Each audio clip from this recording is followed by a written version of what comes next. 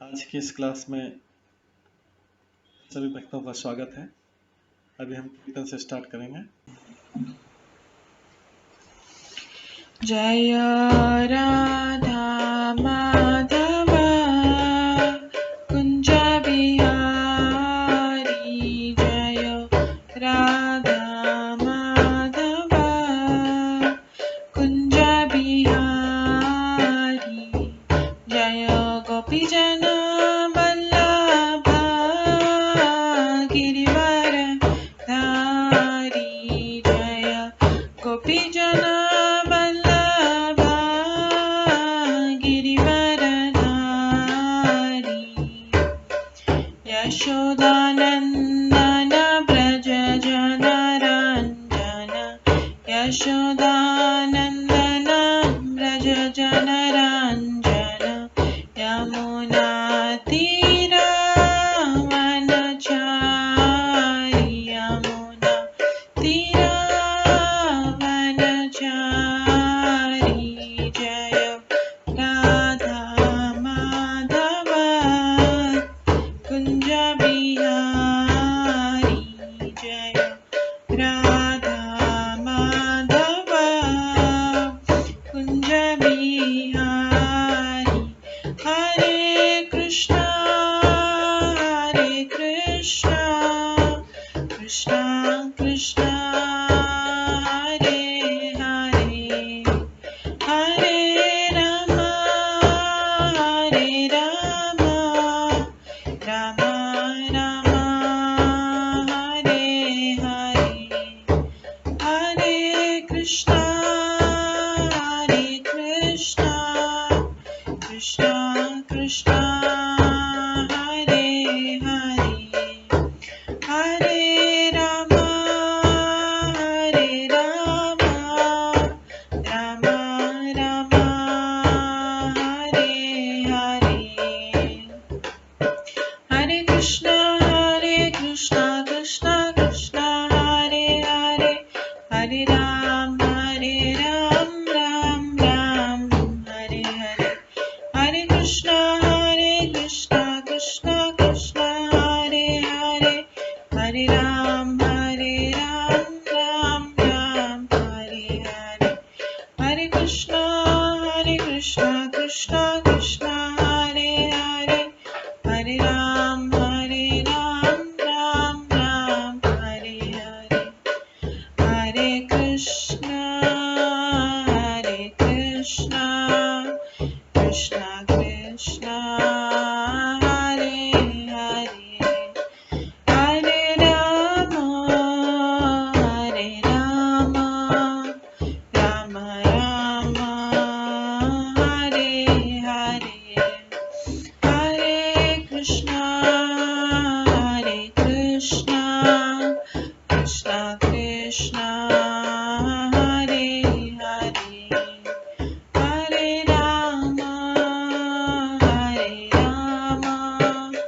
राम राम हरे हरे, जय राधा माधव राधे, जय राधा गोविंद राधे, जय गौरनिताय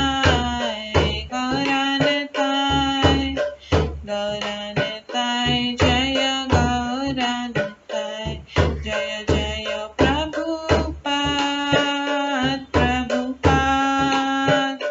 प्रभुपाद जय जय प्रभुपाद, जय जय गुरुदेव जय जय गुरुदेव, निताय गौर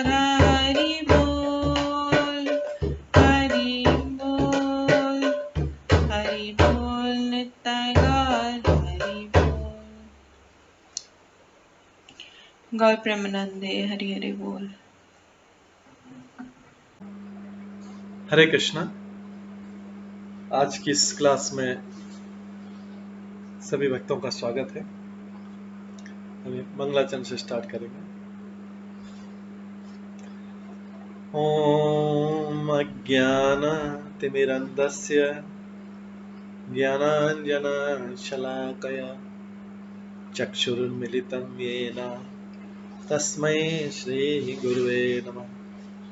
श्रीचैतन्यमनोभीष्टं स्थापितं येन भूतले स्वयं रूप कदा मह्यं ददाति स्वपदान्तिकम्।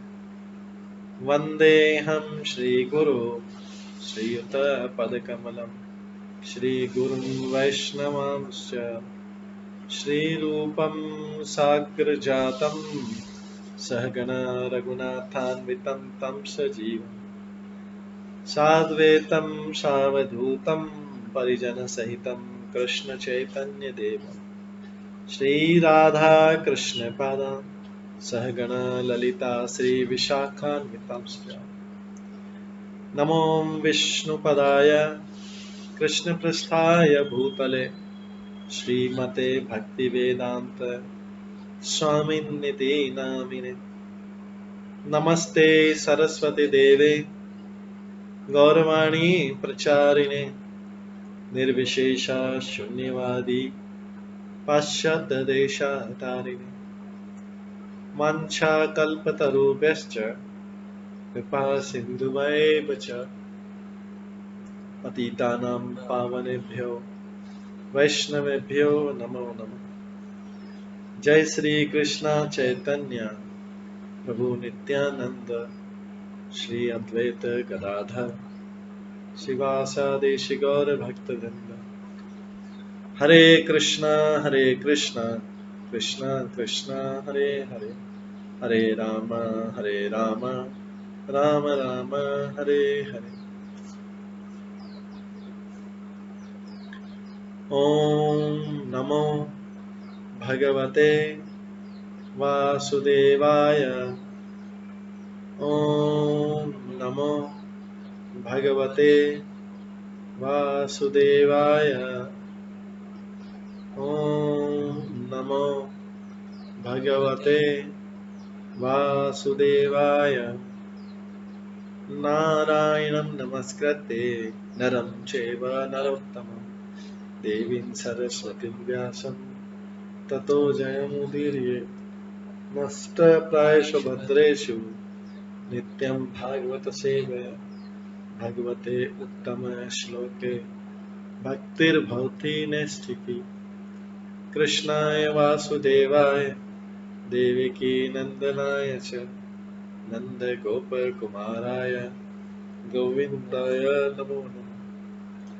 सर्ववेदान्तसारमे श्रीभागवतम् इष्यते तद्रसामृतात् नान्यत्र स्याद्रति क्वचित्। आराध्यो भगवान् ब्रजेश तनयस्तनुधाम वृन्दावन रम्या काचिदुपासना व्रजवधूवर्गेण या कल्पिता। श्रीमद्भागवतं प्रमाणम् अमलं प्रेमकुमार्थमः श्रीचैतन्य महाप्रभुमतम् इदं तत्रादरो न परम्। मूकं करोति वाचालं पङ्गुलङ्घयते गिरिं यत्कृपातमहं वन्दे परमानन्दमाधवम्। हरे कृष्णा।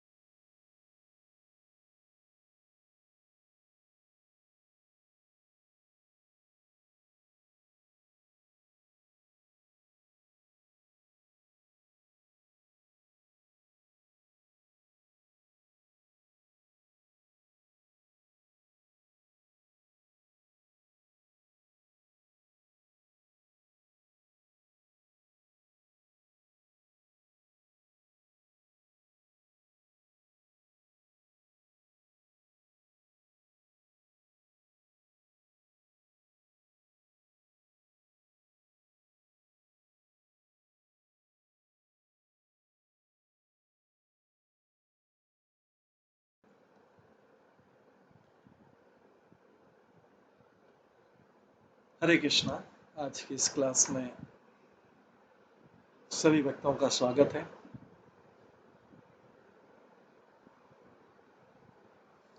कल हम श्रवण कर रहे थे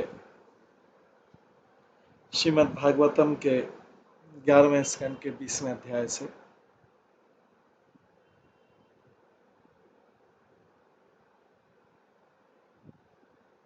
जिसमें हमने श्रवण किया था कि जो शुद्ध भक्ति है वो ज्ञान और वैराग्य से आगे निकल जाती है।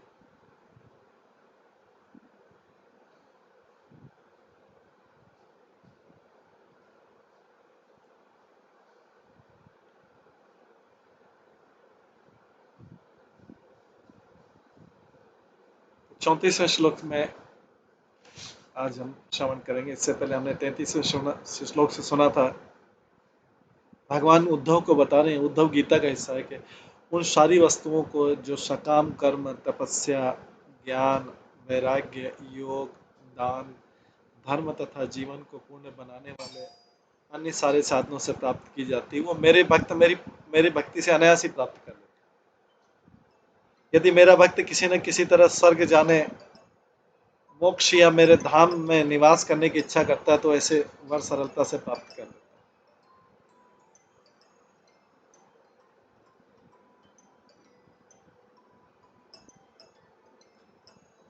तात्पर्य यहाँ पर कृष्ण यहाँ पर भगवत भक्ति की महिमा को प्रकट करते हैं।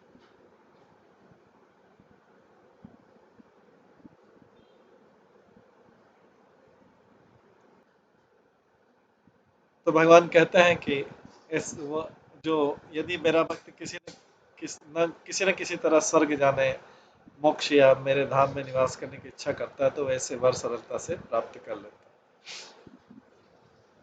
34वें श्लोक में आता है, न किंचित साधु अधीरा भक्ता ही एकांति न मम वांछन्ति अपि मया दत्तम केवल्यम अपुनः भवम। चूंकि मेरे भक्तगण साधवत आचरण तथा गंभीर बुद्धि वाले होते हैं, मेरे भक्त साधवत आचरण तथा गंभीर बुद्धि वाले होते हैं, इसलिए वे अपने आप को पूरी तरह मुझ में समर्पित कर देते और मेरे अतिरिक्त कुछ नहीं चाहते। सच तो ये कि यदि मैं उन्हें जन्म मृत्यु से मुक्ति भी प्रदान करता हूं, उसे स्वीकार नहीं करते।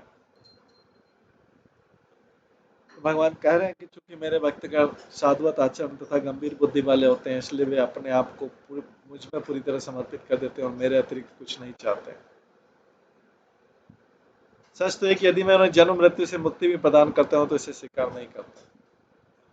यहाँ पे तात्पर्य में एकांती मम शब्द सूचित करता है कि भगवान के शुद्ध भक्त संत स्वभाव के तथा अत्यंत बुद्धिमान होने से अपने आप को केवल भगवत भक्ति में अर्पित कर देते। यहाँ तक कि जब भगवान उन्हें जन्म मृत्यु से मुक्ति प्रदान करते हैं तो भी उसे स्वीकार नहीं करते।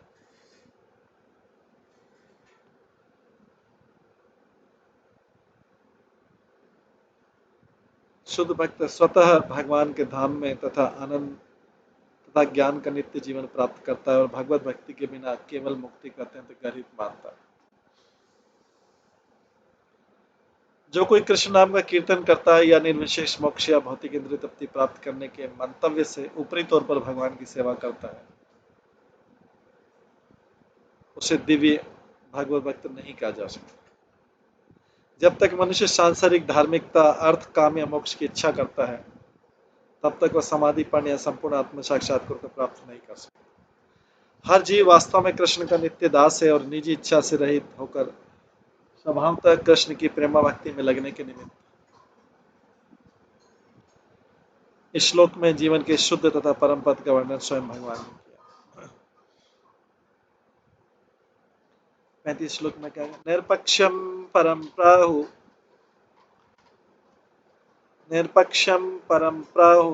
निश्रेयसम अनकल्पम निरपक्ष परम प्राहु निश्रेयसम अनल्पकम तस्मात् निराशीष भक्ति निरपेक्षस्य में भवेत्।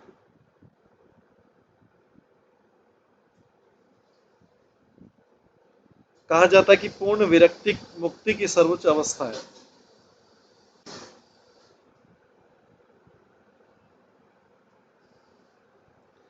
कहा जाता है कि पूर्ण विरक्ति मुक्ति की सर्वोच्च अवस्था है।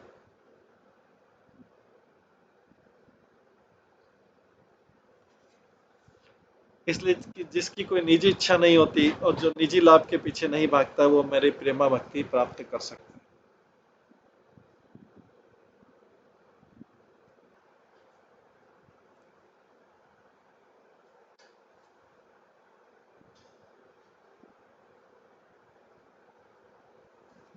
तो इसमें कहा गया कि पूर्ण विरक्ति मुक्ति की सर्वोच्च अवस्था है, इसलिए जिसकी कोई निजी इच्छा नहीं होती और जो निजी लाभ के लिए पीछे नहीं भागता, वो मेरी प्रेमा भक्ति प्राप्त कर सकता है। जैसा कि श्रीमद् भागवतम में कहा गया, अकाम सर्व कामो वा मोक्ष काम उदारधि तीव्रेण भक्ति योगेन यजेते पुरुषम परम।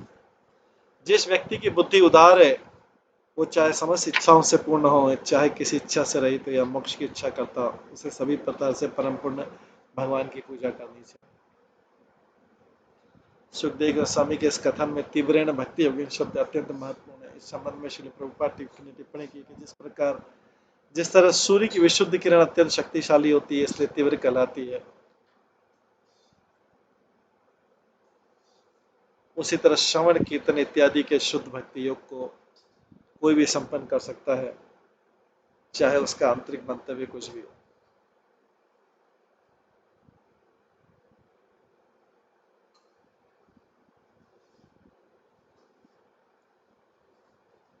निसंदेह इस कलयुग में लोग सामान्य रूप से अत्यंत पतित हैं और भौतिक काम, क्रोध, लोभ, शोक इत्यादि से दूषित रहते हैं। इस युग में अधिकांश लोग सर्व काम में अर्थात भौतिक इच्छाओं से पूर्ण है। तो भी हम यह समझ लें कि मात्र भगवान की शरण लेने से हम जीवन में हर वस्तु प्राप्त कर सकें।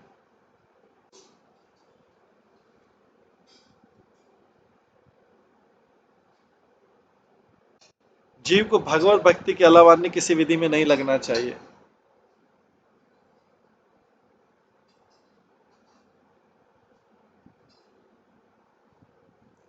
उसे स्वीकार करना होगा कि भगवान कृष्ण समस्त आनंद के आगार हैं और हमारे भीतर स्थित भगवान कृष्ण ही हमारी असली इच्छा पूरी कर सकते हैं। यह पूरा विश्वास है कि भगवान कृष्ण के पास जाकर मनुष्य हर चीज प्राप्त कर सकता है। ये समस्त ज्ञान का सार है और यह पतित व्यक्ति को भी इस कठिन युग की कष्टप्रद बाधाओं से बाहर ले जाता है।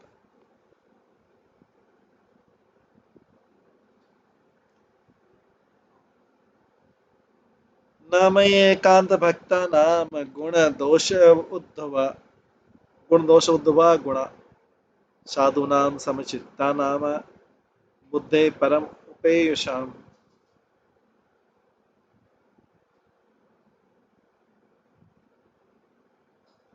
इस जगत के अच्छे तथा बुरे से उत्पन्न इस जगत के अच्छे तथा बुरे से उत्पन्न भौतिक पुण्य तथा पाप मेरे शुद्ध भक्तों के अंतःकरण में नहीं रह सकते।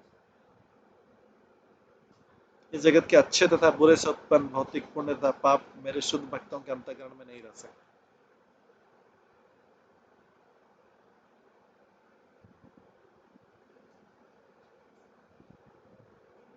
क्योंकि भौतिक लालसा से मुक्त होने के कारण सभी परिस्थितियों में आध्यात्मिक चेतना को स्थिर बनाए रखते हैं।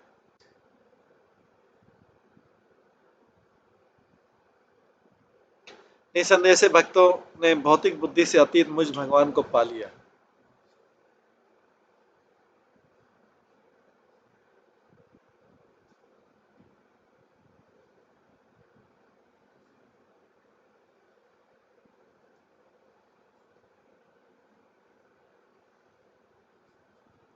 यहाँ पे भगवान बता रहे हैं कि इस जगत के अच्छे तथा बुरे से उत्पन्न भौतिक पुण्य तथा पाप मेरे शुद्ध भक्तों के अंतःकरण में शुद्ध भक्तों के अंतःकरण में दोनों पाप और पुण्य दोनों ही नहीं रहते हैं, क्योंकि वे भौतिक लालसा से मुक्त होने के कारण सभी परिस्थितियों में आध्यात्मिक चेतना को स्थिर बनाए रखते हैं।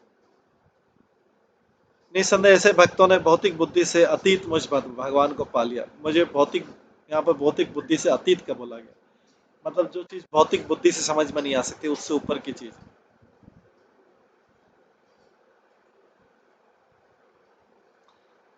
बुद्धे परम शब्द को सूचित करता है कि भगवान के दिव्य गुणों में लीन रहने वाले शुद्ध भक्त के भीतर प्रकृति के गुण नहीं पाए जा सकते।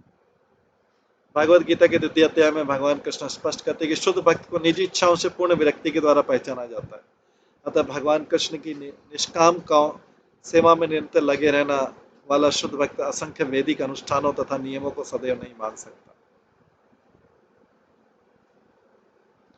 जो भगवान का निष्काम सेवा में है और शुद्ध भक्त है, वो वैदिक नियम अनुष्ठान और यज्ञ सारे और इन नियमों को सदैव नहीं मान सकता। इस तरह कभी कभी होने वाली असावधानी को अतिक्रमण या उल्लंघन नहीं माना सकता। शुद्ध भक्त कभी कभी इन चीजों को छोड़ सकता है। इसी तरह सामान्य भौतिक शुद्धता को भी शरणागत जीव की परम योग्यता नहीं माना जा सकता।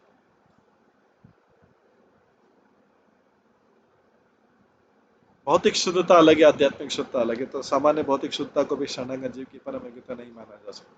कृष्ण प्रेम तथा भगवान की इच्छा के समक्ष पूर्ण समर्पण से मनुष्य तुरंत दिव्य पद तक उठ जाएगा, जहां पर भगवान के लिए संपन्न सारे कार्य परम पूर्ण होते हैं। ईश्वर इच्छा की अभिव्यक्ति होते हैं। कभी कभी सामान्य भौतिकतावादी व्यक्ति झूठा दावा करते कि उनके मनमाने अनैतिक कार्यों से उच्च पद उन्हें प्राप्त हुआ और इस तरह समाज में उत्पात मचाते हैं। कभी कभी सामान्य भौतिकतावादी व्यक्ति झूठा दावा करते हैं कि उनके मनमाने अनैतिक कार्यों से यह उच्च पद उन्हें प्राप्त हुआ और इस तरह समाज में उत्पात मचाते हैं। किंतु जिस तरह सामान्य व्यक्ति को किसी राष्ट्र नेता के जिस तरह किसी सामान्य व्यक्ति को किसी राष्ट्र नेता के निजी सचिव के अधिकार प्राप्त होने का झूठा दावा नहीं करना चाहिए, उसी तरह सामान्य बद्ध जीव को मूर्खतापूर्वक दावा नहीं करना चाहिए कि उसके अनैतिक मनमाने कार्यों को ईश्वर की इच्छा होने का कारण ईश्वर का संरक्षण मिला। मनुष्य को भगवान का शुद्ध भक्त होना चाहिए। उसे साक्षात भगवान द्वारा शक्ति प्रदत्त होना चाहिए और भगवान की इच्छा के समक्ष पूर्ण आत्मसमर्पण करना चाहिए, तभी वो सामान्य पाप पुण्य से परे माना जा सकता है।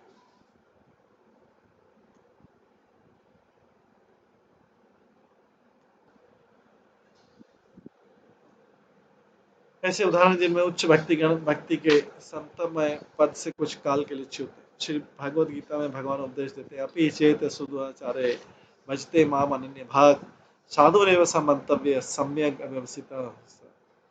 भगवत भगवत भक्त के क्षणिक पतन से ऐसे व्यक्ति के प्रति भगवान की भावनाएं बदलती नहीं है। जैसे सामान्यतः माता पिता तक अपनी संतान के द्वारा किए गए क्षणिक उल्लंघन को क्षमा कर देते हैं, जिस तरह संतान तथा माता पिता परस्पर प्रेम करते हैं, उसी तरह भगवान के शरणागत दास भगवान के साथ प्रेम संबंध का आनंद लेते हैं। जिसकी पूर्व कल्पना नहीं की गई ऐसे आकस्मिक पतन को भगवान तुरंत क्षमा कर देते हैं। समाज के सारे सदस्यों को भगवान का ही अनुकरण करना चाहिए। आकस्मिक पतन के कारण उच्च भक्त पर भौतिकतावादी या पापी का बिल्ला नहीं लग जाना चाहिए। भक्त तुरंत ही संत जैसी सेवा करने लगता है और भगवान से क्षमा मांगता है, किंतु जो स्थायी रूप से पतित अवस्था में बना रहता है उसे भगवान का उच्च भक्त नहीं स्वीकार किया जा सकता। क्षणिक रूप से कोई पतित हो सकता है किसी कारण से, किसी गलती से, उसको क्षमा किया जा सकता है, लेकिन जो स्थायी रूप से पतित अवस्था में उसे भगवान को उच्च भक्त नहीं स्वीकार किया जा सकता। एवं एतान मयादिष्टान अनुतिष्ठन्ति में पथः क्षेमं विन्दन्ति मत्स्थानम यत् ब्रह्म परमं विदु।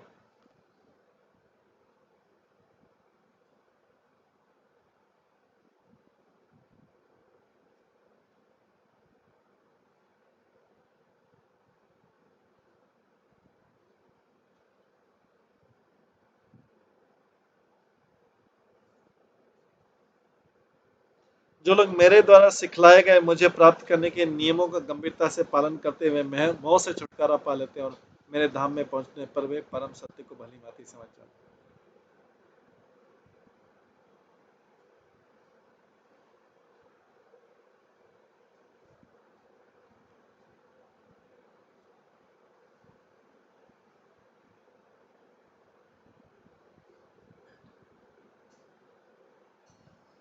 तो अंत में, इस अध्याय के अंत में भगवान बोलते हैं, जो लोग मेरे द्वारा सिखलाए गए मुझे प्राप्त करने के नियमों का गंभीरता से पालन करते हैं वे मोह से छुटकारा पा लेते हैं और मेरे धाम में पहुंचने पर वे परम सत्य को भली भांति समझ जाते हैं। इस तरह से भगवान जो है उद्धव को ये ज्ञान दे रहे हैं।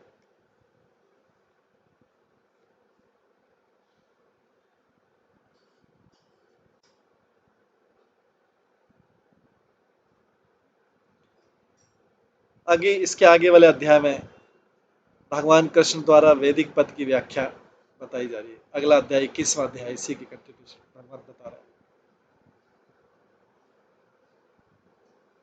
श्री भगवान उवाच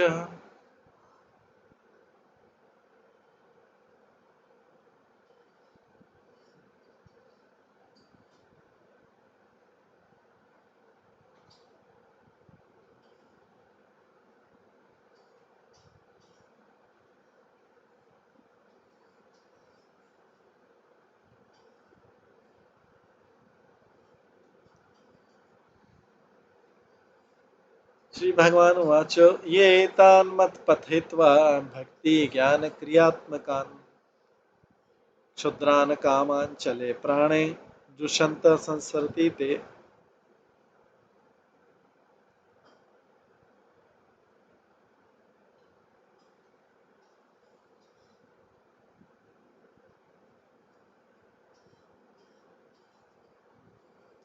भगवान ने कहा जो मुझे प्राप्त करने वाली उन विधियों को जो भक्ति वैश्लेषिक दर्शन तथा नियत कर्मों के नियमित निष्पादन से युक्त है त्याग देता है, जो मुझे प्राप्त करने वाली उन विधियों को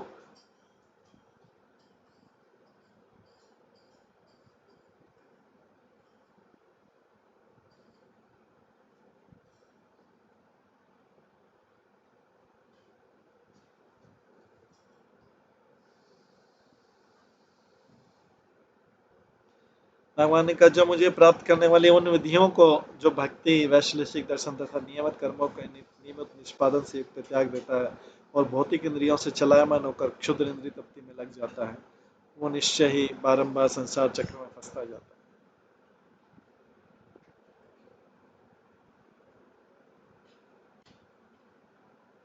तात्पर्य जैसा कि पिछले अध्याय में भगवान कृष्ण स्पष्ट कर चुके हैं, वैश्लेषिक ज्ञान तथा नियत कर्मों का निष्पादन अंतत्व करता कृष्ण भावना में तथा विशुद्ध ईश प्रेम प्राप्त करने के निमित्त भगवान की महिमा के श्रवण तथा कीर्तन पर आधारित भक्ति बद्ध जीव को भगवान की प्रेम भक्ति में लगाती है। भगवान की महिमा के श्रवण तथा कीर्तन पर आधारित भक्ति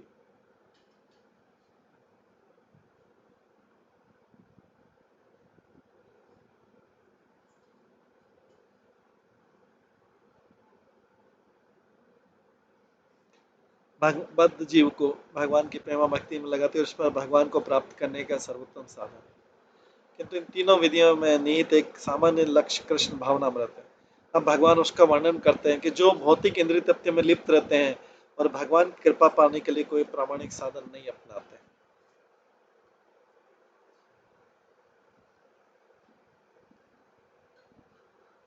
संप्रति इस श्रेणी में करोड़ों अभागे लोग आते हैं, जैसा कि वर्णित हुए भाव बंधन का निरंतर कष्ट हो।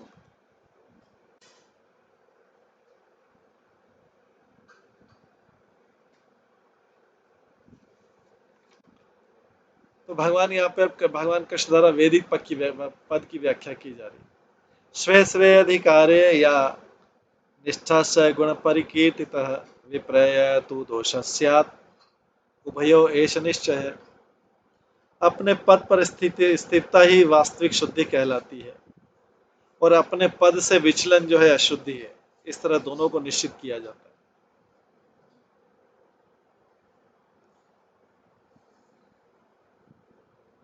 तात्पर्य पिछले श्लोक में भगवान कृष्ण ने बतलाया कि आध्यात्मिक उन्नति का मार्ग निष्काम होकर कर्म करने से शुरू होता है। आध्यात्मिक प्रगति का मार्ग जो है निष्काम होकर कर्म करने से होता है, निष्काम कर्म से शुरू होता है, फिर अनुभूत आध्यात्मिक ज्ञान की अवस्था को प्राप्त होता है और भगवत भक्ति में संलग्न होने में जाकर समाप्त होता है। यहाँ पर भगवान इस बात का बल दे रहे हैं कि भगवान द्वारा नियत कार्य में विपत होकर बद्ध जीव को कृष्ण भावनामृत के सहज विकास को कृत्रिम रूप से ठप्प नहीं कर देना चाहिए। मानव जीवन की निम्नतम अवस्थाओं में मनुष्य समाज मैत्री तथा प्रेम पर आधारित सकाम कर्मों को करने के लिए स्थूल शरीर तथा इच्छाओं के साथ झूठी पहचान में फंसा रहता है।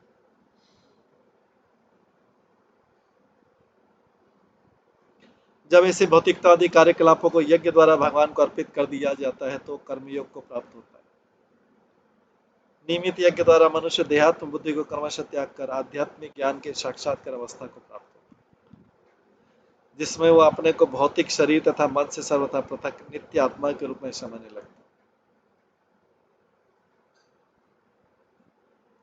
भौतिकतावाद के चंगुल से छूटकर राहत का अनुभव करते वो आध्यात्मिक ज्ञान के प्रति अत्यधिक आसक्त होता है और इस तरह वो ज्ञान योग की अवस्था को प्राप्त करता है।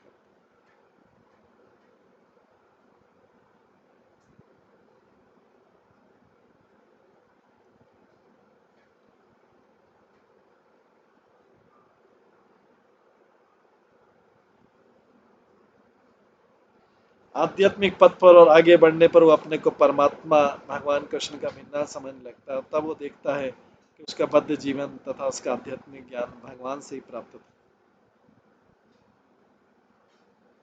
जो कि पवित्र तथा पापमय दोनों ही तरह से सारे कर्मों का फल देने वाले हैं।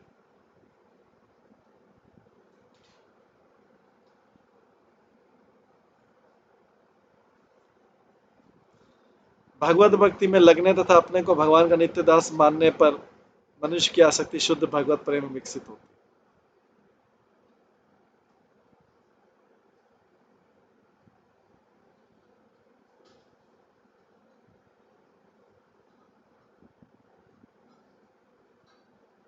भगवत भक्ति में लगने तथा अपने को भगवान का नित्य दास मानने पर मनुष्य की आसक्ति शुद्ध भगवत प्रेम में विकसित होती है। तो दोनों चीजें,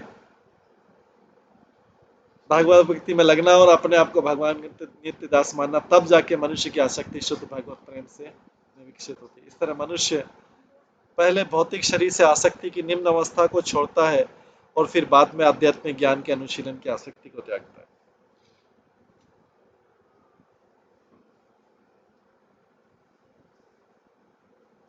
इससे मनुष्य भौतिक जीवन से छुटकारा पा जाता है। अंत में वो भगवान को ही अपना नित्य प्रेम का आश्रय मान लेता है और कृष्ण भावनामत में पूरी तरह ईश्वर की शरण में चला जाता है।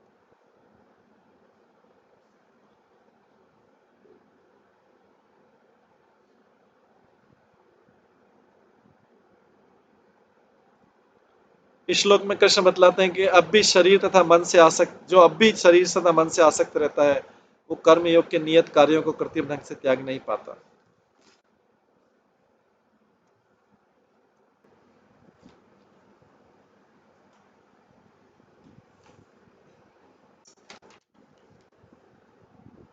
तो श्लोक में कृष्ण बतलाते हैं कि जो अब भी शरीर तथा मन से आसक्त रहता है, वो कर्म योग के नियत कार्यों को कृत्रिम ढंग से त्याग नहीं पाता। इस तरह जो आध्यात्मिक नवदीक्षित और भौतिक जीवन की माया का अनुभव करने ही लगता है,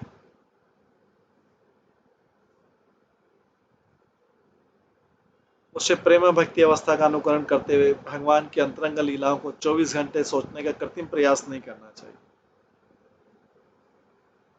जो नव दीक्षित है, जो नया है भी आध्यात्मिक, और जो भौतिक जीवन की माया का भी अनुभव कर रहा है, उसे प्रेम भक्ति की अवस्था का अनुकरण करते हुए भगवान की अंतरंग लीलाओं का 24 घंटे का कृत्रिम प्रयास नहीं करना चाहिए, प्रत्युत उसे भौतिक जगत के वैश्लेषिक ज्ञान का अनुशीलन करना चाहिए, जिससे मनुष्य देह तथा मन के प्रति आसक्ति को त्याग देता है। श्रीमद् भागवतम में भौतिक जगत के अनेक वैश्लेषिक विवरण मिलते हैं और उनसे बद्ध जीव पदार्थ के साथ झूठी पहचान से मुक्त हो जाता है।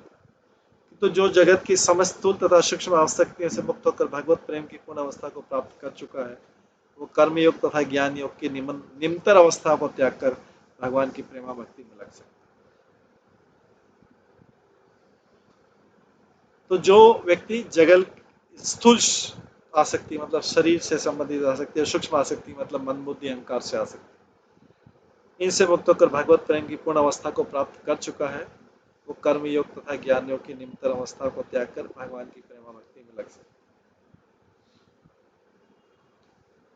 अध्याय 19 के 45 श्लोक में कृष्ण कहते हैं, गुण दोष दृष्टि दोष हो गुणस्तु भय वर्जित है। भगवत भक्त में किसी को गुण तथा दोष नहीं देखने चाहिए, जो भगवत भक्त शुद्ध लेवल। वैसे ऐसी सांसारिक धारणाओं को त्याग कर मनुष्य पुण्यात्मा बन सकता है। श्री विश्वनाथ चक्री ठाकुर इंगित करते हैं कि कभी कभी नव दीक्षित भक्त उन कर्मियों तथा ज्ञानियों की संगति से दूषित हो सकता है, जो बड़े उत्साह के साथ सकाम कर्मों तथा मानसिक चिंतन का अनुसरण करते हैं। ऐसे भक्त के धार्मिक कार्यकलाप संसारिक प्रवृत्तियों से प्रभावित हो सकते हैं। इस तरह कोई सामान्य पुरुष जो शुद्ध भक्त के उच्च पद को देखना चाहता है, कभी कभी अपने को भक्त के समान ही शुद्ध भक्ति के उच्च पद पर मानते हुए भक्तों के कार्य का अनुकरण करता है। भक्तियों के ऐसे अधकचर अभ्यास करता आलोचना से मुक्त नहीं होता, कि उनके सकाम कर्म, उनका मानसिक चिंतन तथा उनकी झूठी प्रतिष्ठा भगवान की शुद्ध भक्ति में अड़ंगा जैसे। अनन्य भाव से भगवान की सेवा में लगे शुद्ध भक्त की आलोचना नहीं की जानी चाहिए, किंतु जिस भक्त की भक्ति भौतिक गुणों से मिश्रित हो उसका सुधार होना चाहिए, जिससे वो शुद्ध भक्ति के पद तक उठ सके। अबोध मनुष्यों को उन लोगों की मिश्रित भक्ति से गुमराह नहीं होना चाहिए जो मात्र भक्ति योग में नहीं लगे, किंतु जो लोग कृष्ण भावनावंत पूरी तरह नहीं लग सकते हैं, उन्हें अपने नियत कार्यों को यह करके कि वे माया है त्याग नहीं देना चाहिए। उदाहरण, जो व्यक्ति शुद्ध कृष्ण भावनावंत पूरी तरह लगने में असमर्थ है, उसे अपने परिवार का परित्याग मोह मानकर नहीं करना चाहिए, क्योंकि ऐसा करने से वह अवैध यौन जीवन में जा गिरेगा। जब तक कोई कृष्ण भावनावन का प्रत्यक्ष अभ्यास करने की अवस्था को न प्राप्त कर ले, उसे भौतिक शुद्धि तथा भौतिक जगत के वैश्विक ज्ञान का अनुशीलन करना चाहिए।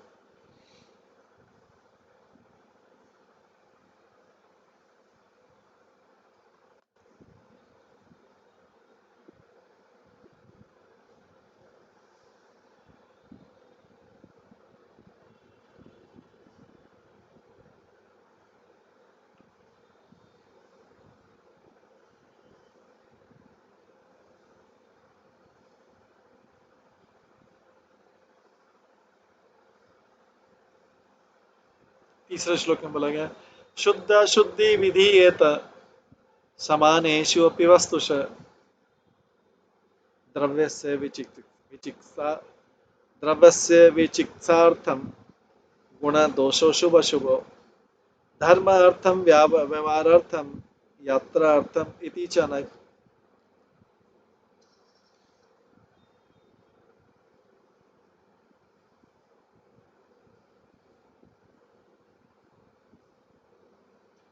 निष्पाप उद्धव, यह समझने के लिए जीवन में क्या उचित है, मनुष्य को किसी एक पदार्थ का मूल्यांकन उसकी विशेष कोटि के भीतर ही करना चाहिए। इस तरह धर्म का विश्लेषण करते समय मनुष्य की शुद्धि तथा अशुद्धि पर विचार करना चाहिए। इसी प्रकार अपने सामान्य व्यवहार में मनुष्य को अच्छे तथा बुरे में अंतर करना चाहिए और अपने शारीरिक दीर्घ जीविका के लिए उसे पहचानना चाहिए कि क्या शुभ है और क्या अशुभ है।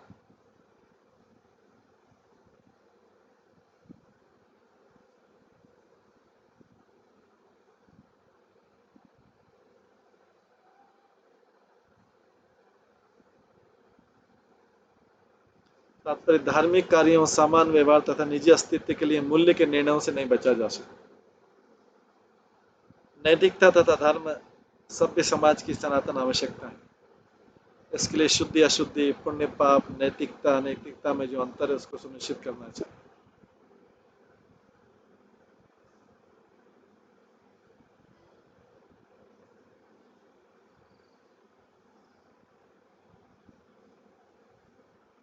इस प्रकार हम अपने सांसारिक कार्यों में स्वादिष्ट तथा स्वाधीन भोजन, अच्छे तथा बुरे व्यापार, उच्च कोटि तथा निम्न कोटि के आवास, अच्छे तथा बुरे मित्र इत्यादि में अंतर करते हैं और अपने स्वास्थ्य तथा अपने अस्तित्व को सुनिश्चित करने के लिए हमें सुरक्षित स्वस्थ अस्वस्थ लाभप्रद अलाभप्रद में निरंतर अंतर करते रहना चाहिए। यहाँ तक कि विद्वान पुरुष भी इस संसार में अच्छे तथा बुरे में निरंतर भेद करते हैं, किंतु उसके साथ साथ उसे कृष्ण भावनामृत के दिव्य पद को भी समझना चाहिए। सावधानी पूर्वक आकलन करने के बावजूद कि भौतिक दृष्टि से क्या स्वास्थ्य के लिए उपयोगी क्या अनुपयोगी, भौतिक शरीर को मरना पड़ता है, फिर भी उसी तरह सामाजिक रूप से क्या अनुकूल है क्या प्रतिकूल है, उसकी छानबीन करने पर भी समय के साथ मनुष्य का सारा सामाजिक परिवेश समाप्त हो जाएगा और इस तरह इतिहास के प्रवाह में बड़े बड़े धर्म उदय और अस्त होते हैं। ऐसा में कोरी धार्मिकता, सामाजिक तथा आर्थिक दक्षता अथवा शारीरिक स्वस्थता से ही जीवन की वास्तविक पूर्णता नहीं मिल पाती। भौतिक जगत की सापेक्ष अच्छाई के परे दिव्य अच्छाई है। कोई भी विज्ञ व्यक्ति भौतिक भेदभाव की आवश्यकता को स्वीकार करता है, फिर भी मनुष्य को अंततः कृष्ण भावना की दिव्य अवस्था तक पहुंचना चाहिए, जहां जीवन नित्य आनंदमय तथा ज्ञानमय। भगवान कृष्ण उद्धव को अपनी विस्तृत शिक्षाओं के द्वारा धीरे धीरे कृष्ण भावना की दिव्य स्थिति स्पष्ट कर रहे हैं, जो अनंत प्रकार के भौतिक गुण दोष से परे।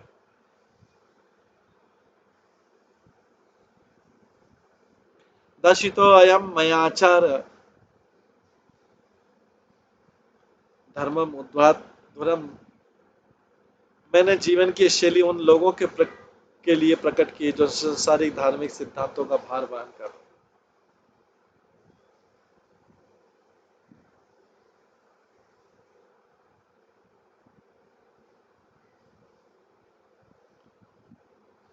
तात्पर्य, वे सामान्य धार्मिक सिद्धांत जो असंख्य विधि तथा निषेध की संस्तुति करने वाले हैं उन लोगों के लिए भार तुल्य हैं जो कि कृष्ण भावना मत से विहीन।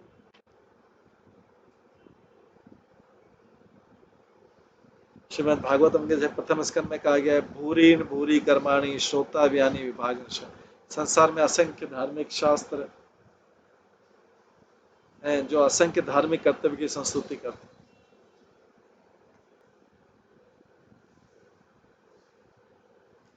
संसार में असंख्य धार्मिक शास्त्र हैं जो असंख्य धार्मिक कर्तव्य की संस्तुति करते हैं, जैसा कि श्लोक में कहा गया प्रामाणिक शास्त्र वे हैं जो भगवान द्वारा या उनके प्रतिनिधियों द्वारा कहे गए। भागवत गीता के अंतिम अध्याय में भगवान कृष्ण कहते हैं सर्वधर्मान परित्यज्य माम एकम शरणम व्रज। मनुष्य को चाहिए कि संसारी शुद्धि के कष्ट कर भाव को त्याग कर भगवान की प्रेमा भक्ति करे, जिससे हर बात सरल हो जाती है।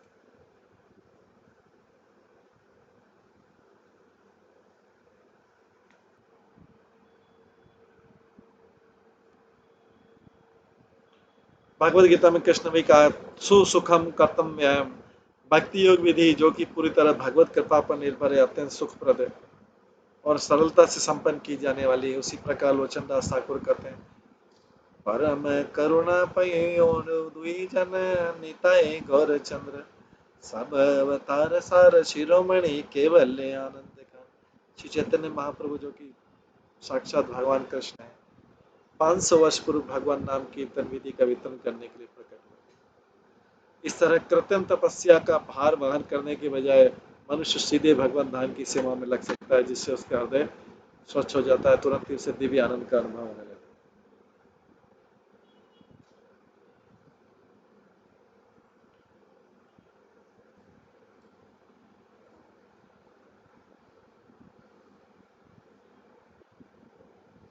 जिन लोगों ने चैतन्य महाप्रभु के आंदोलन को अपनाया है वे 4 मूल सिद्धांतों का पालन करते हैं। ये है अवैध यौन नहीं करना, मछली अंडे मांसाहार नहीं करना, नशे तथा जुए का परित्याग। वे प्रातःकाल जग जाते और हरे कृष्ण का कीर्तन करते हैं और भगवान की सेवा में लगे रहकर सुखपूर्वक दिन बिताते हैं। किंतु जो लोग वेदों के कर्मकांड अनुभाग का पालन करते हैं वे असंख्य विधि विधानों अनुष्ठानों तथा उत्सवों में बोझिल रहते हैं, जिन्हें या तो स्वयं करना पड़ता है या योग्य ब्राह्मण से संपन्न कराना होता है। इसमें त्रुटि होने का हर हर क्षण भय बना रहता है और जिससे संचित पुण्य की पूर्ण क्षति हो सकती है। इस तरह जो दार्शनिक मार्ग पर चलते हैं उन्हें दार्शनिक कोटियों की परिभाषा परिष्कार तथा समंजन करना होता है। यह विधि ऐसी है जिसका अंत संशय तथा निराशा में होता है।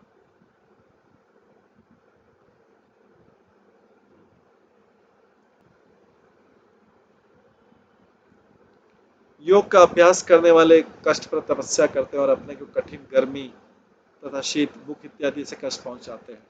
ऐसे सारे भौतिकतावादी लोगों को निजी इच्छाएं पूरी करनी रहती है, किंतु भगवत भक्त तो भगवान के सुख की कामना करता है और भगवान की कृपा पर ही निर्भर रहकर भगवत धाम जाता है। पिछले श्लोक में भगवान ने उल्लेख किया है कि भौतिक जगत में अनंत अंतर है जिनका मूल्यांकन जीवन भर किया जाना है, किंतु भक्त तो हर वस्तु के भीतर कृष्ण के भीतर हर वस्तु को देखकर भगवान की सेवा में लगे रहकर विनित सरल तथा आनंदित बना रहता है।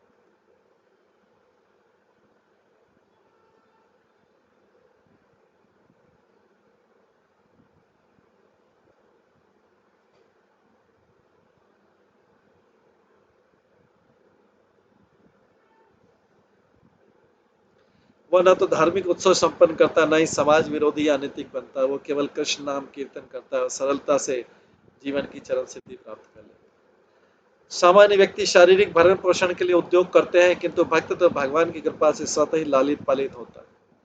उसके सामान्य आचार तथा विचार तथा धार्मिक कर्तव्य भगवान को अर्पित करते रहते हैं और इस तरह भक्त के जीवन में कृष्ण के अतिरिक्त कुछ भी नहीं रहता। कृष्ण उसकी रक्षा तथा पालन करते हैं और भक्त अपनी हर वस्तु कृष्ण को प्रदान करते हैं।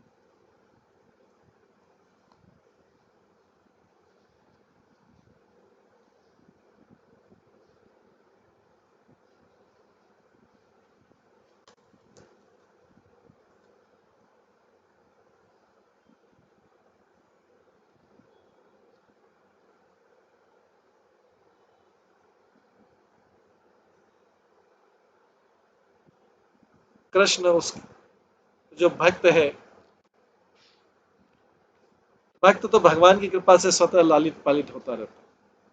उसके सामान्य आचार विचार तथा धार्मिक कृति भगवान को अर्पित रहते हैं और इस तरह भक्त के जीवन में कृष्ण के अतिरिक्त कुछ भी नहीं रहता। कृष्ण उसकी रक्षा तथा पालन करते हैं। भक्त अपनी हर वस्तु कृष्ण को प्रदान करता है। वो स्वाभाविक मुक्त अवस्था कृष्ण भावनावत कहलाती है। यही अंतिम पूर्ण शुभ है, जैसा कि भगवान इस स्कंद में बतलाते हैं।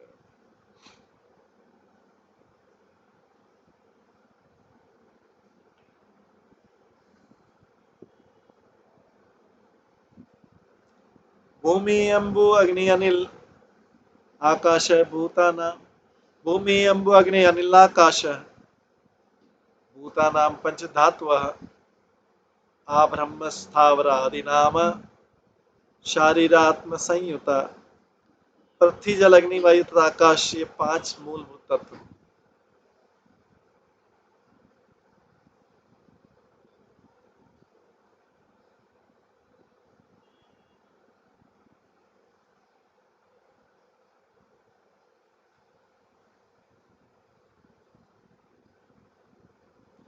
जिनसे ब्रह्मा से लेकर जड़ प्राणियों तक समस्त बद्ध जीवों के शरीर बने हुए हैं, और ये सारे तत्व उसी एक भगवान से उद्भूत होते हैं।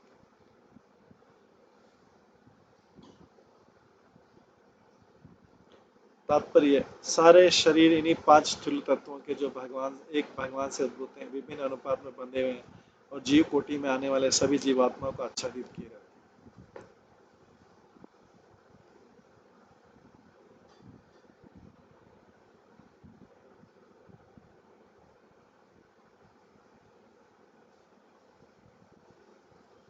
गुण तथा दोष की संकल्पनाएं भगवान की चुनाव इच्छा पर निर्भर करती है, न कि भौतिक पदार्थों के गुणात्मक अंतरों। कृष्ण भावना भावित व्यक्ति सारी भौतिक घटना को अंततः एक रूप में देखता है। भौतिक जगत में भक्त का सदाचार, बुद्धिमय विवेक तथा कलात्मक भाव ईश्वर की इच्छा पर आश्रित है।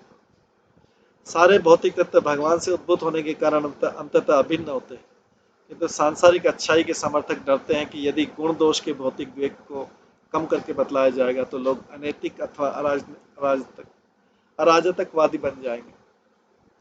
निश्चय आधुनिक विज्ञानी जिस निर्विशेष तथा नास्तिक दर्शन का प्रचार करते हैं, जिसमें भौतिक विविधता अणुओं परमाणुओं के गणित रूपी वर्णनों में सिमट कर रह जाती है, इससे अनैतिक समाज का जन्म होता है।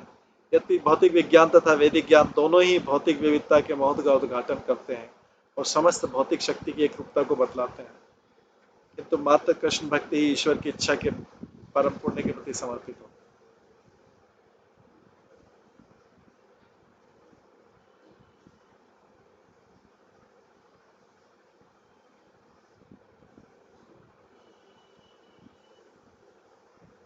इस तरह वे सदैव ही समस्त जीवों के लाभ हेतु कर्म करते हैं और भगवान की इच्छा के अनुसार भौतिक विविधता को भगवान की सेवा के लिए स्वीकार करते हैं। कृष्ण भावनामृत के बिना लोग आध्यात्मिक अच्छाई को नहीं समझ सकते, इसलिए वे भौतिक स्तर पर परस्पर निर्भर स्वार्थमय सभ्यता का निर्माण कराने का प्रयास करते हैं। ऐसे मूर्खतापूर्ण व्यवस्था सरलता से ध्वस्त हो जाती है, जैसा कि आधुनिक युग में व्याप्त सामाजिक संघर्ष तथा व्यवस्था से प्रकट होता है। सभ्य समाज के सारे सदस्यों को भगवान की परम सत्ता को स्वीकार करना चाहिए, तभी सामाजिक शांति तथा भाईचारा का सांसारिक पाप पुण्य के मलिन संबंधों पर आश्रित नहीं रहे।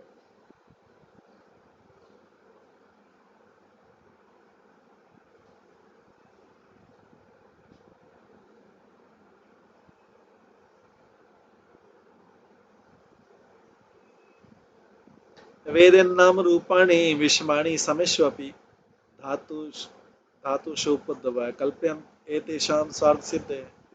हे उदयपि सारे शरीर इन्हीं 5 तत्वों से बने हैं, इसलिए समान है।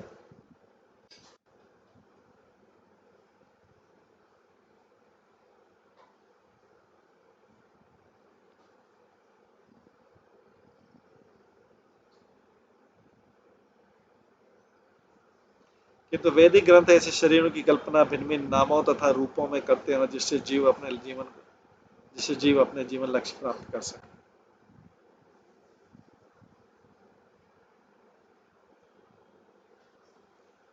नाम रूपाणे विषमाणी द्योतक के वर्णाश्रम धर्म का, जिसमें मानव समाज के सारे सदस्यों को 4 वर्णों तथा 4 आश्रमों के अनुसार उपाधि दी जाती है।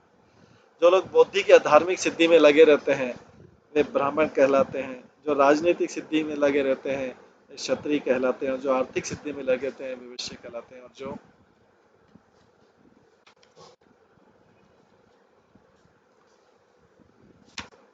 खाने सोने संभोग तथा ईमानदार कर्म करने में लगे रहते हैं वे शूद्र कहलाते हैं। ऐसी मनोवृत्तियां प्रकृति के तीनों गुणों से उत्पन्न होती है। क्योंकि शुद्ध आत्मा बौद्धिक शक्ति का इच्छुक आदि व्यवसायी नीच नहीं होता, वह तो सदैव भगवान की प्रेम और भक्ति में लीन रहता है। यदि बद्ध जीव की विभिन्न मनोवृत्तियां वर्णाश्रम प्रणाली में संयोजित नहीं होती तो उनका निश्चय दुरुपयोग होता है, जिससे मनुष्य मनुष्य जीवन के आदर्श नीचे गिर जाता है। वैदिक प्रणाली भगवान द्वारा इसलिए समर्जित की गई है कि बद्ध जीव अपने अपने कार्यों में लगा रहे और उसी के साथ साथ जीवन के चरम लक्ष्य कृष्ण भावना में क्यों अग्रसर होते हैं। जिस प्रकार एक वेद्य एक विक्षिप्त व्यक्ति से उसका मिथ्या जीवन बोध को ध्यान में रखकर दयापूर्ण व्यवहार करता है, उसी तरह वैदिक वाक्यमय को समझने वाला व्यक्ति जीवों को भौतिक सत्य तत्व के साथ साथ उनकी मोहमयी पहचान के अनुसार कार्य में लगाता है। यद्यपि सारे शरीर उन्हीं भौतिक तत्वों से बने होते हैं, अतः गुणात्मक रूप से एक होते हैं, जैसे कि यहाँ समेशु शब्द द्वारा सूचित होते हैं। किंतु वर्णाश्रम की सारी सृष्टि मनुष्यों को उनकी अपनी अपनी भौतिक पहचाने के अनुसार कृष्ण भावनामत में लगाने के लिए की गई। परम गुण तो स्वयं भगवान है और जो कोई भगवान के पास पहुंच जाता है वो भी उसी तरह गुण बन जाता है। क्योंकि संसार में उष्मा का उद्गम सूर्य है, अतः जो वस्तु सूर्य के पास पहुंचती है वह गर्म हो जाती है, जबकि वह अंत में अग्नि में चाहे वो जब तक कि वह अंत में अग्नि में लीन नहीं हो जाए। इसी तरह जो जो हम भगवान के दिव्य स्वभाव के पास पहुंचते हैं यो तो हमें स्वतः परम अच्छाई आ जाती है। यद्यपि यही ज्ञान वैदिक वाक्य का असली आधार है तो भी संसारी पुण्य का आदेश मिलता है और पाप का निषेध मिलता है, जिससे मनुष्य भौतिक अच्छाई प्राप्त कर सके जहाँ पर उसे आध्यात्मिक ज्ञान दृष्टि को।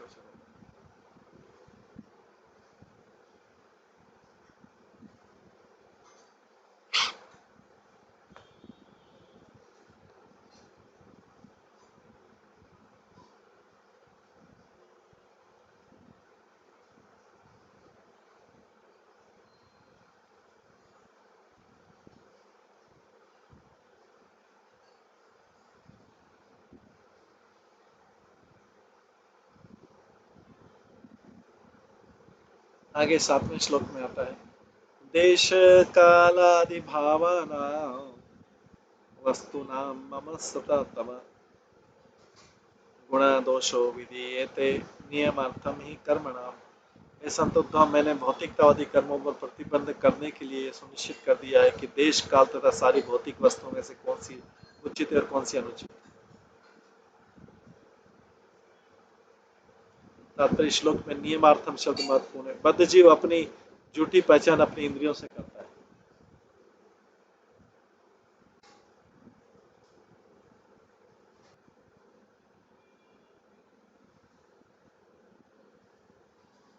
तो यहाँ पे भगवान बोल रहे हैं, संत उद्धव मैंने भौतिकतावादी कर्मों में प्रतिबंधित करने के लिए सुनिश्चित कर लिया कि देश काल तथा सारी भौतिक वस्तुओं में कौन सी उचित है और कौन सी अनुचित। तात्पर्य श्लोक में नियमार्थम शब्द महत्वपूर्ण है। बद्ध जीव अपनी झूठी पहचान अपनी इंद्रियों से करता है, अतः जो वस्तु शरीर को तुरंत तुष्टि प्रदान करती है उसे वह अच्छी और जो असुविधाजनक विक्षोभ वाली है उसे बुरी मानती है।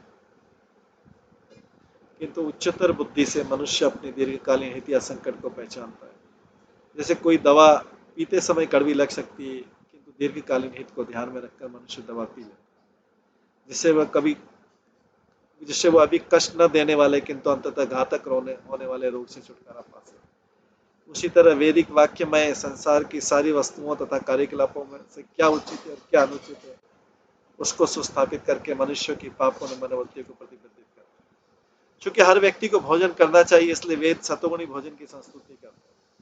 मांस मछली अंडों जैसे भोजन की नहीं जो पाप में है। इसी तरह सलाह दी जाती है कि मनुष्य शांत एवं पवित्र समुदाय में रहे, पापी लोगों की संगति में न रहे, न ही गंदे या उत्तेजक वातावरण में रहे। भौतिक जगत को उपाधि देकर और उसके शोषण पर प्रतिबंध लगाकर वैदिक ज्ञान बद्ध जीव को क्रमशः सतोगुण के स्तर पर लाता है और उस अवस्था में मनुष्य भगवान की सेवा करने के और जीवन की दिव्य अवस्था में प्रवेश करने के योग्य बन जाता है। तो स्मरण रखना होगा कि इस तरह की मात्र उपयुक्तता वास्तविक योग्यता नहीं हो सकती। कृष्ण भावनावत के बिना कोरा भौतिक पुण्य बद्ध जीव को भगवत धाम जाने के योग्य नहीं बना सकते। इस जगत में हम सारे के सारे लोग मिथ्या अहंकार से ग्रस्त हैं और जिससे वैदिक आदेशों के सामने नतमस्तक होकर कम करना चाहिए। जो व्यक्ति भगवत भक्ति में पूरी तरह लगा हो उनके लिए इन प्रारंभिक विधियों को ग्रहण करने की कोई आवश्यकता नहीं होती, क्योंकि वो आत्मसमर्पण द्वारा भगवान से प्रत्यक्ष संपर्क स्थापित कर लेते।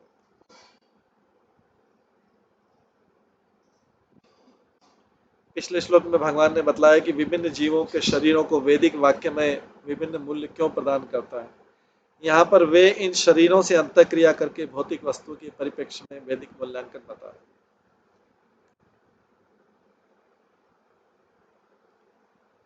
8वें श्लोक में बताते हैं अकृष्ण सार देशा नाम अब्रह्मण्य अशुचि भवे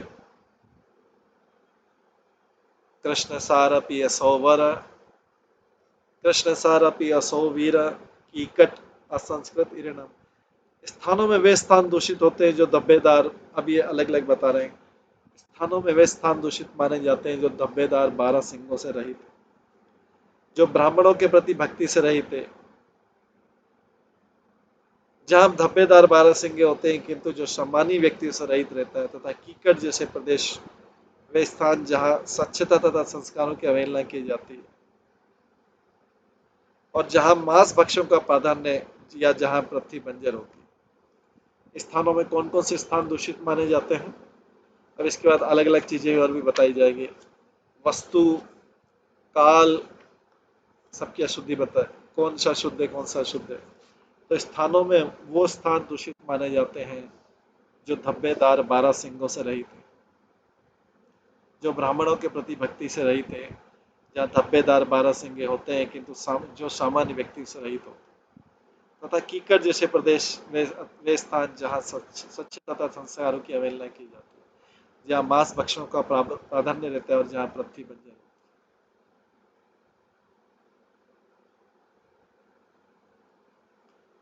इस प्रकार से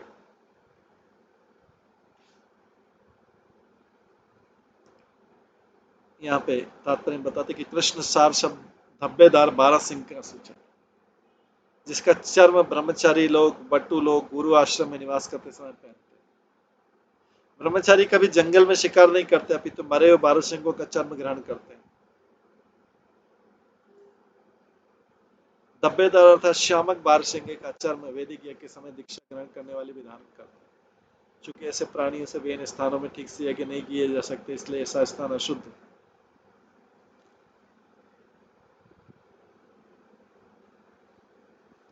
इतना ही नहीं, भले किसी स्थान के निवासी सकाम कर्म तथा अनुष्ठानिक यज्ञ करने में पटु हों, किंतु यदि वे भगवत भक्ति से द्वेष भाव रखते हैं तो भी ऐसा स्थान दूषित। श्री भक्ति सिद्धांत श्री ठाकुर बताते हैं कि पहले बिहार तथा बंगाल प्रांत भगवत भक्ति से रहित थे, अतः अशुद्ध माने जाते हैं। तत्पश्चात जब जयदेव जैसे महान वैष्णव इन स्थानों में उत्पन्न हुए तो उन्होंने इन प्रांतों को पवित्र बना दिया। इस प्रकार से यहाँ पे भगवान उद्धव को ज्ञान दे रहे हैं। अभी भगवान उद्धव और भी ज्ञान देंगे। ये तो स्थान कौन कौन से पवित्र, फिर काल कौन सा पवित्र है या पवित्र है, वस्तु कौन से पवित्र अपित्र है, इसका ज्ञान जो है हम आगे की क्लास में श्रवण करेंगे। अभी इसको वहीं यहीं पे विराम देते हैं। सभी भक्तों का बहुत बहुत धन्यवाद। सभी भक्तों के एक बार हरे कृष्ण महामंत्र का जप करें। हरे कृष्णा कृष्णा कृष्णा हरे हरे, हरे राम राम राम। श्रीमद् भागवतम महापुराण की जय, श्री प्रभुपाद की जय, सभी आचार्य गणों